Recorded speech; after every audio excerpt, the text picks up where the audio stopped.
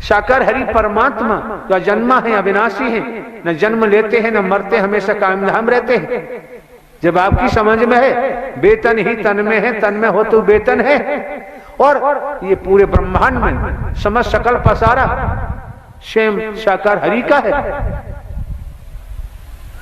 तो फिर तो वचन की तरफ पूरा ध्यान देना चाहिए।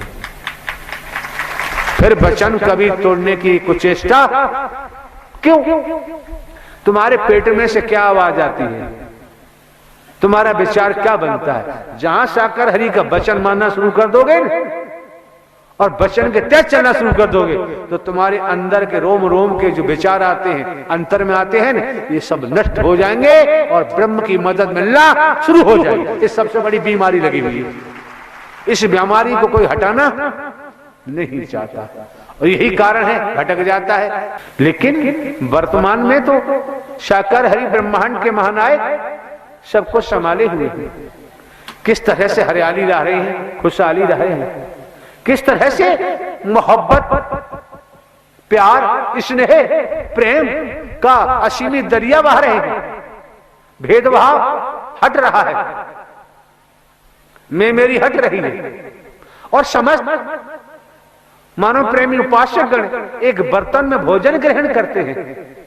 भेद समाप्त हो रहा है। यही तो मानवीय संस्कृति है। और जहां मानवीय संस्कृति टूटने लगती है, बिखरने लगती है, वहीं दैत्य की स्थिति बनने लगती है। जो मौका, जो वक्त आप महापुरुषों को मिला हुआ है, इसे नाहक बेवजह बेकार न जाने दें।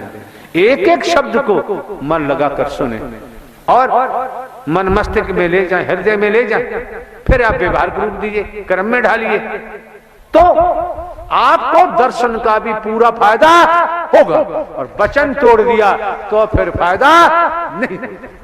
सत्यता तो यह है। क्यों? ज्यादा भाषण देना मैंने बंद कर दिया। भाषण तो मैं कभी देता नहीं, उपदेशक भी नहीं हूं, और आप जानते साधु संत महात्मा भी मैं नहीं।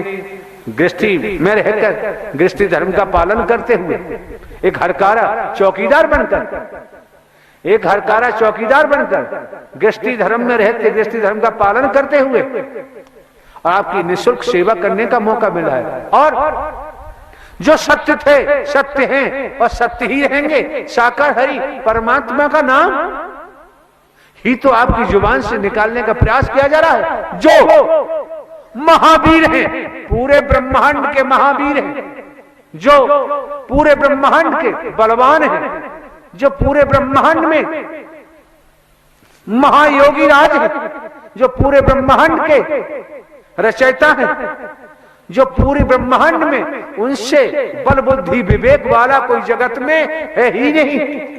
वही परमात्मा साकार हरि है, वही अल्लाह है, वही रब है। उनका नाम ले रहे हो, अगर इनकी शरण ले लोगे तो जगत से बचाव दिखता है, अगर इनकी शरण नहीं ली तो संसार में बचाव दिखता नहीं। लोक सुखी पर लोक सुहेला करने के लिए साकार हरि जो अजय है, कभी इनकी पराजय होती ही नहीं। जो महावीर, इन परमात्मा को विसारने के बाद हमेशा जीव की दुर्गति होती है, बचती नहीं।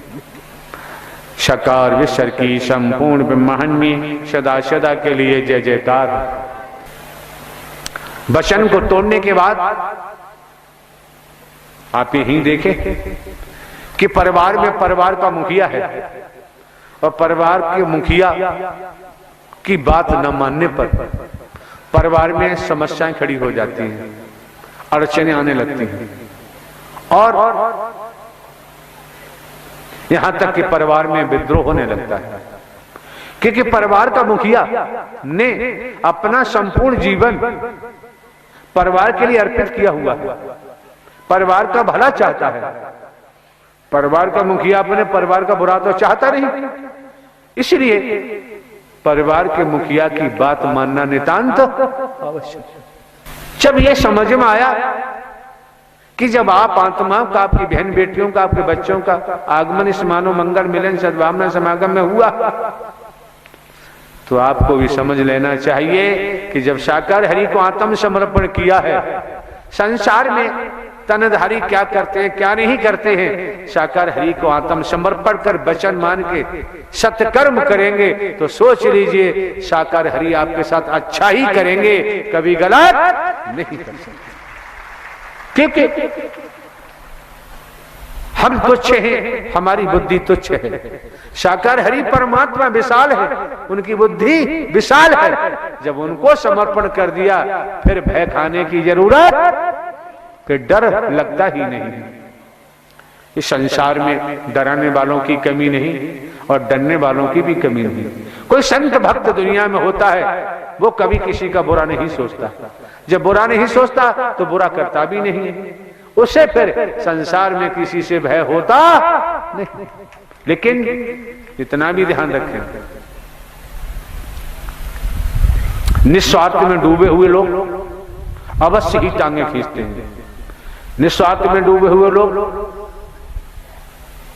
ढेले भी फेंकते हैं, जुबान से भी कहते हैं। जब हमारी आत्मा के लिए साकार हरि से लगी हुई है तो फिर आपको तो प्रेम का ही व्यवहार करना है, जो जैसा करेगा वैसा करेगा। साकार विश्व की संपूर्ण ब्रह्मांड में सदा सदा के लिए जय जयकार। कि अंतिम सांस का भरोसा नहीं, कब आ जाए, और कर्मों का ही खेल है, अंतमता सुगता। निसंदेह, मुझे कोई संदेह नहीं, अंतमता सुगता। कुत्ता कुतिया गधा घोड़ा गाय भैंस कीड़ा मकोड़ा सांप बिच्छू छिपकली के तनों में जाना पड़ता है। क्यों? शरीर का तो पड़ाव कभी भी हो जाता है, पड़ाव है शरीर। शरीर कोई आपकी आखिरी मंजिल नहीं है, ये शरीर कोई आखिरी सफर नहीं है। शरीर किस समय कब नष्ट हो जाए इसका पड़ाव प्रारब्ध के अनुसार, संस्कारों के अनुसार। पूर्व में भी कहा है कि जीवन संस्कारों पर निर्भर करता है, अतीत से वर्तमान, वर्तमान से भविष्य। तो शरीर का पड़ाव जिस दिन होगा, जो इसके अंदर ड्राइवर बैठा है, शरीर उसका अंतिम पड़ाव नहीं है, वह कर्मों के आधार पर जन्मता है और भोगता है। शरीर में से नूर निकल जाए, ये प्राणवायु निकल जाए तो फिर क्या है, चाहे जला दो, कहीं फेंक दो, जब तक ये बैठा है कांटा भी लगता है तो दर्द होता है। इलाज कराते हैं, क्या क्या नहीं उपचार कराते हैं। और जो